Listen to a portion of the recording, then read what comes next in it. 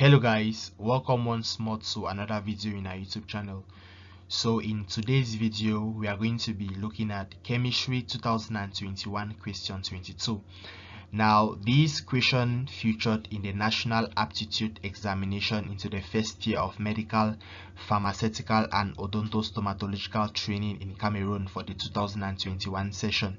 So without wasting much of your time, I'm just going to read the question and we dive straight away into the solution. So the question reads 6.4 grams of sulfur reacts with 4.1 gram of aluminium to produce aluminium sulfide. What is the mass of the sulfide obtained? We have 5 options. So when we look at such questions, we think about what we call the limiting reagent. Okay, because here we have two compounds or two substances, two reactants or reagents reacting together to produce a single compound. So for you to get the mass of that compound, you might be tempted to maybe use only the mass of sulfur or only the mass of aluminium, but definitely at the end of the day we are going to use the mass of either only sulfur or only aluminium, depending on which of them is a limiting reagent. So the objective is to get the limiting reagent, and that is a trap. If you fail to identify the limiting reagent, surely all the possible responses you are going to have will be part of the answers. We are going to see that as we proceed. So the first thing to do in such case is that we write down a chemical equation and we balance. So aluminium plus sulfur to give us aluminium sulfide. Aluminium has a valency of 3 while sulfur has a valency of 2. So they exchange and we have Al2S3. But this equation is just the chemical equation, but it is not balanced. So to have the balanced chemical equation, there are 2 atoms of aluminium on the right hand side, so we have to put 2 in front of aluminium on the left hand side so that the number of atoms are balanced.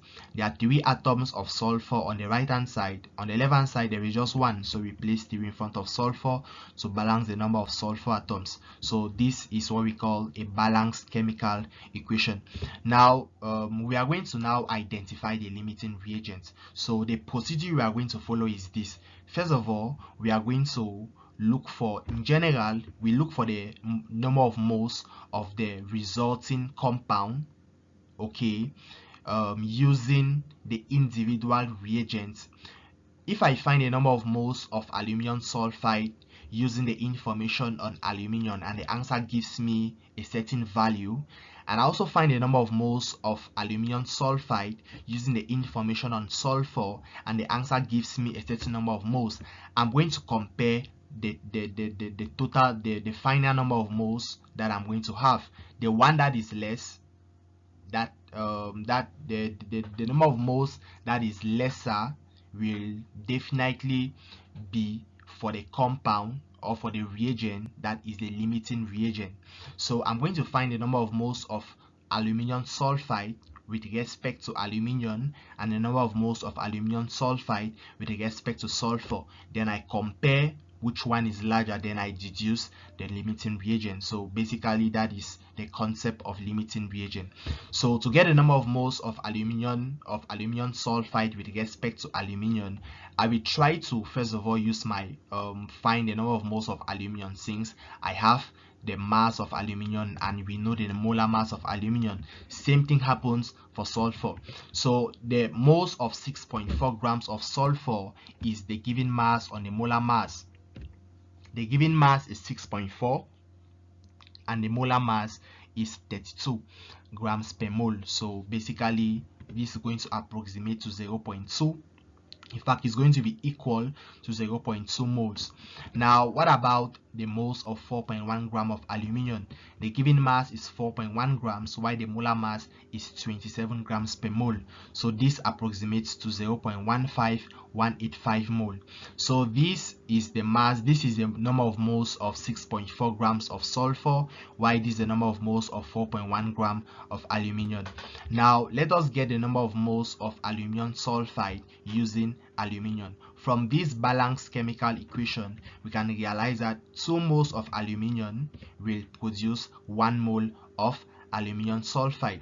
It therefore means that this 0.15185 moles of aluminium will produce what number of moles of aluminium sulfide. So if we use the proportion and we cross multiply, we have x times 2x equal to 0.1585 times 1, which will give us 0.15185. Now to get x, we divide both sides by 2 and we get that the number of moles of aluminium sulfide with respect to aluminium, that is when using 4.1 gram of aluminium, is 0.07593 moles approximately. Now still on our balanced chemical equation, we are now going to find the number of moles of aluminium sulfide using the sulfur itself. So 3 moles of sulfur in a balanced chemical equation produces 1 mole of aluminium sulfide.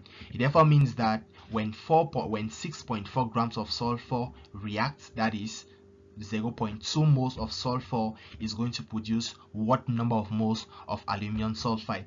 Crossing multiply, we have 3y equal to 0.2, so y will give us 0.2 divided by 3, which is 0.066666, and so on and so forth. The 6 continues, that's why we find a plus. Now when we compare x and y, what is x? X is the number of moles of aluminium sulfide when we take into consideration 4.1 gram of aluminium. Now what is y? Y is the number of moles of aluminium sulfide produced when we take into consideration 6.4 grams of sulfur. So what is the limiting reagent? We have to compare the two final number of moles that we have, x and y. We clearly see that y is less than x, okay, because y is 0.066666, while x is 0.075, and so on. So y is less than x. It therefore means that sulfur is a limiting reagent, because of the definition that the limiting reagent is a reagent which is completely used up in a chemical reaction, or in other words, because y is less than x, that is the number of moles with respect to sulfur of aluminium sulfide is less than the number of moles with respect to aluminium of aluminium sulfide. So basically sulfur is a limiting reagent because it is completely used up firstly, okay, because it produces 0.06, so definitely it will be the first to be completely used up before aluminium.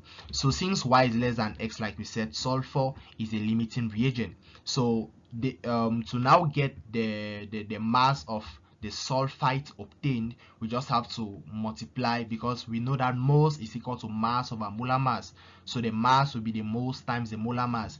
If you look for the molar mass of aluminium sulfide, we have to take 2 times the molar mass of aluminium plus 3 times the molar mass of sulfur.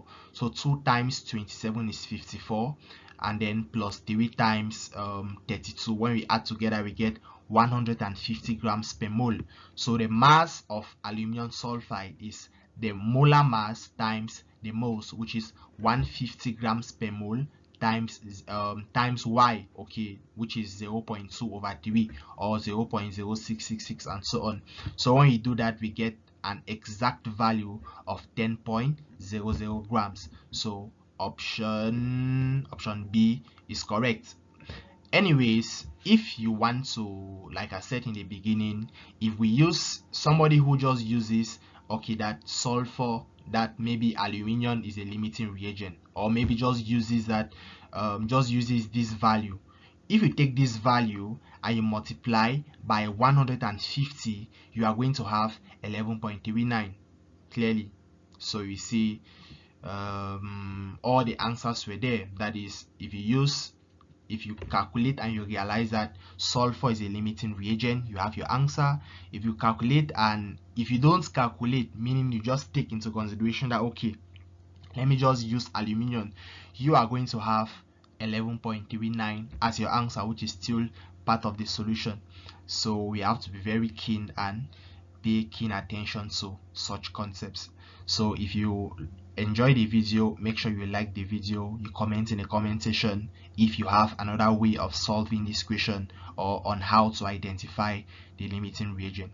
Thank you guys for watching, and see you in the next video.